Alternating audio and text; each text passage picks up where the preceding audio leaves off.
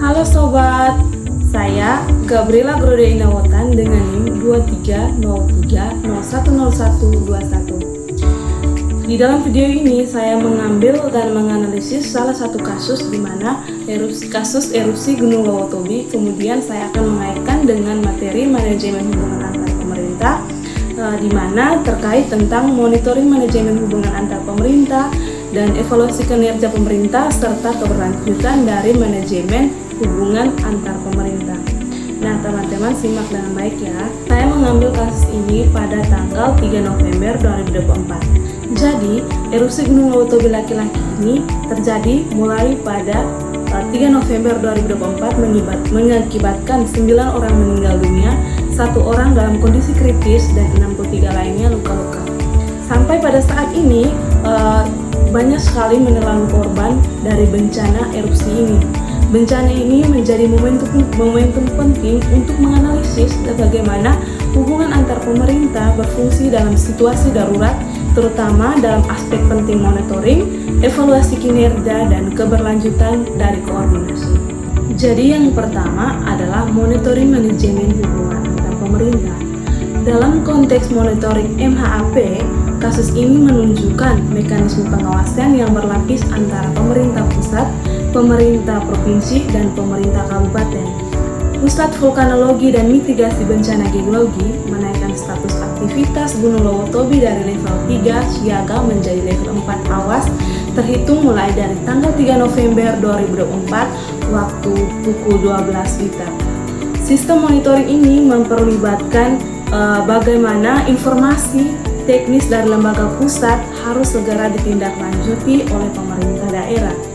Pemerintah Kabupaten Flores Timur melalui BPBD menetapkan status tanggap darurat bencana erupsi, sementara pejabat Gubernur NTT memberikan arahan khusus kepada BPBD Provinsi untuk memantau dan menaikkan status dari siaga darurat ke tanggap darurat. Pola ini memperlihatkan monitoring yang responsif di mana pemerintah provinsi menjadi hubungan antara arahan teknis pusat dengan implementasi di tingkat kabupaten. Yang menarik dari aspek monitoring adalah pembentukan sistem komunikasi multi tingkat, di mana gubernur memimpin rapat penanganan yang dihadiri pemerintah pusat, antara lain Menteri Sosial, BNPB, Wakil Gubernur NTT, Kepala Badan Geologi ESDM, BMKG, dan pimpinan OPD Pemda Provinsi NTT, Bupati Flores Timur, dan Bupati Sika, serta Pemda lainnya. Mekanisme ini meningkatkan monitoring secara real-time terhadap perkembangan situasi dan respon dari masing-masing tingkat pemerintahan. Yang kedua adalah evaluasi kinerja manajemen hubungan antar pemerintah. Nah, evaluasi kinerja hubungan antar pemerintah dalam kasus ini dapat dilihat dari beberapa indikator penting. Yang pertama adalah kecepatan respons menunjukkan efektivitas koordinasi. BNPB melaporkan jumlah pengungsi akibat erupsi mencapai 11.445 orang dengan data yang diperoleh dari pendataan sejak awal erupsi pada tanggal 3 November 2024 hingga 9 November 2024. Kecepatan pendapatan ini menunjukkan sistem pelaporan yang terstruktur antara tingkat kabupaten provinsi kepada tingkat pusat. Indikator yang kedua yaitu distribusi bantuan logistik menjadi parameter penting, di mana BNPB memberikan bantuan berupa 500 paket sembako dan 500 paket makanan siap saji serta 300 paket biskuit protein serta berbagai perlengkapan pengungsi lainnya. Kecepatan distribusi bantuan dari pusat ke daerah menunjukkan seberapa efektif mekanisme koordinasi yang telah dibangun. Namun kemudian menemui titik terang setelah tercapainya kesepakatan antara pemerintah Kabupaten Flores Timur dan masyarakat setempat terkait ganti rugi lahan. Hambatan ini menunjukkan bahwa koordinasi antar tingkat pemerintah memerlukan tidak hanya komunikasi vertikal, tetapi juga kemampuan pemerintah daerah dalam menyelesaikan isu-isu lokal yang menjadi persyaratan implementasi program. Evaluasi juga mengungkapkan pentingnya koordinasi lintas sektor, di mana koordinasi intensif dengan pemerintah pusat, khususnya Kementerian Sosial dan DNPB, terus melakukan untuk menjamin distribusi bantuan, termasuk obat-obatan dan layanan kesehatan dan lain sebagainya. Keberhasilan penanganan tidak hanya tergantung pada koordinasi vertikal pusat daerah, tetapi juga koordinasi horizontal antara kementerian dan lembaga-lembaga. Yang ketiga adalah keberlanjutan dari manajemen hubungan antar pemerintah. Aspek keberlanjutan manajemen hubungan antar pemerintah terlihat dari komitmen jangka panjang yang dibangun melalui rencana relokasi dan pembangunan hunian tetap.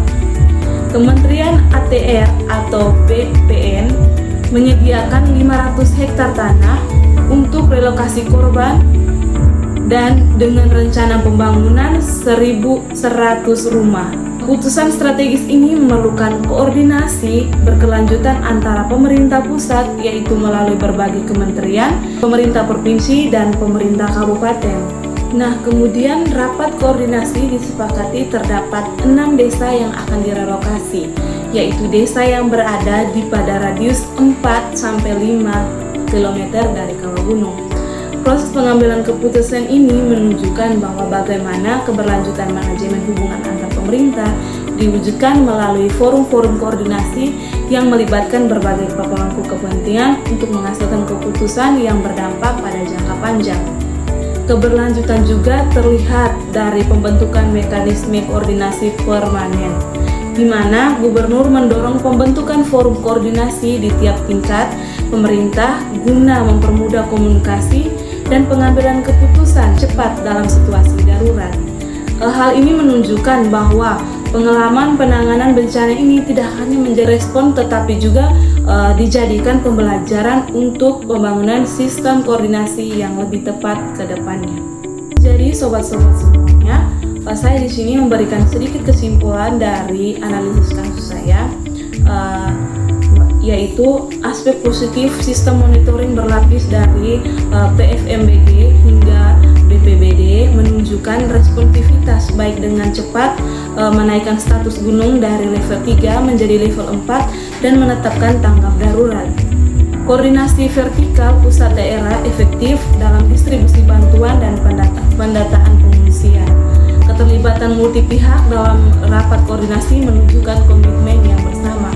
Kemudian kelemahan koordinasi horizontal masih terkendala terutama dalam pengadaan lahan hunian tetap. Pengambilan keputusan di tingkat lokal memerlukan waktu negosiasi yang panjang.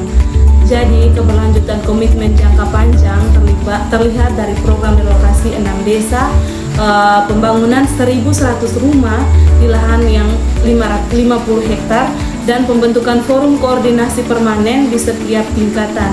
Ini menjadi pembelajaran penting untuk mempercepat sistem koordinasi di masa depan. Jadi kesimpulannya adalah manajemen hubungan antar pemerintah berfungsi cukup efektif, namun masih perlu memperlibatkan atau memperbaikan khususnya dalam koordinasi horizontal dan efisiensi pengambilan keputusan lokal. Jadi teman-teman, sobat semuanya, di sini saya akan memberikan rekomendasi dari saya. Ada 2 rekomendasi. Yang pertama adalah sistem informasi dan koordinasi tadi dikembangkan platform digital terintegrasi untuk sharing data real time antara tingkat pemerintah.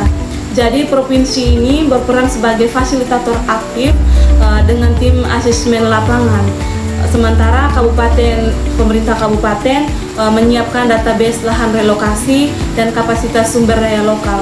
Kemudian yang kedua adalah mekanisme koordinasi. Fungsi forum koordinasi multi tingkat secara rutin untuk mitigasi bukan hanya saat bencana. Jadi, buat protokol standar untuk menghindari tumpang tindih peran dan rumuskan mekanisme pendanaan bersama pusat dan daerah. Jadi, sekian dari saya teman-teman. Ini analisis dari saya. Akhir kata saya mengucapkan terima kasih untuk partisipasi simak video dari saya. Terima kasih, see you.